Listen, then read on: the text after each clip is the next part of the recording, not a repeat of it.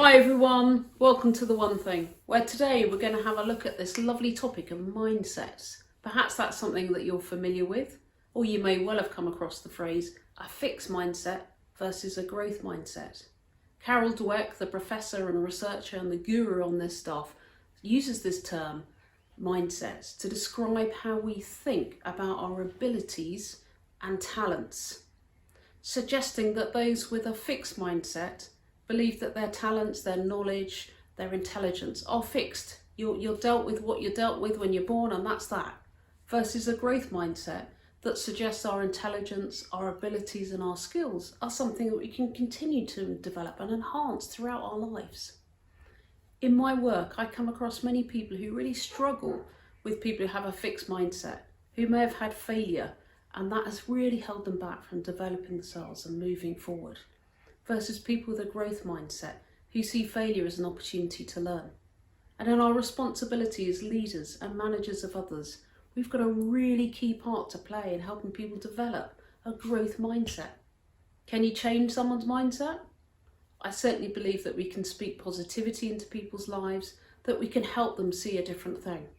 When perhaps they come to us and they say, I failed at that, I'm never going to do it again. Perhaps we can help them by thinking, well, what might you do differently next time? What have you learned from this opportunity that we can help you put in place for next time? Carol Dweck has a lovely quote that she talks about parenting and the impact of parenting on children and helping them develop the right mindset. If parents want to give their children a gift, the best thing they can do is to teach their children to love challenges, be intrigued by mistakes, enjoy effort, and keep on learning. That way, their children don't have to be slaves of praise. They will have a lifelong way to build and repair their own confidence. It's such a wonderful quote, and it makes me think, how do we as leaders and managers, how can we help people be intrigued by their mistakes, to make every effort to continue to keep learning? Are we providing environments where people keep learning, that when there's a mistake, they don't get beaten up for it?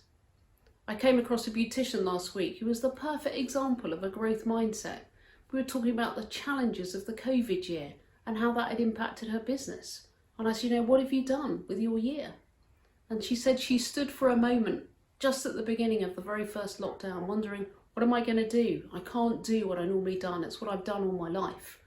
And she said, I took that moment to just consider, what can I learn? How can I add to my skills so that my portfolio can be expanded for when I can open up again? And that's what she's done this last year. She's learned all sorts of wonderful skills that are enhancing her business and her portfolio now. That's a great example of a growth mindset. So as you look at this week, you look at the people around you, you look at your own attitude. What one thing might you need to do about your own mindset? What might you need to change? How might you help someone else who's perhaps fearful of, I don't think I can ever come back into the office again, because they've got used to remote working? How can you speak positivity and help them change? Because I'm absolutely convinced that our mindset has a huge impact on how we live our lives and how we engage and play with others. So what one thing might you do this week to change your own mindset or that of another person? Thank you for watching. See you on the next one.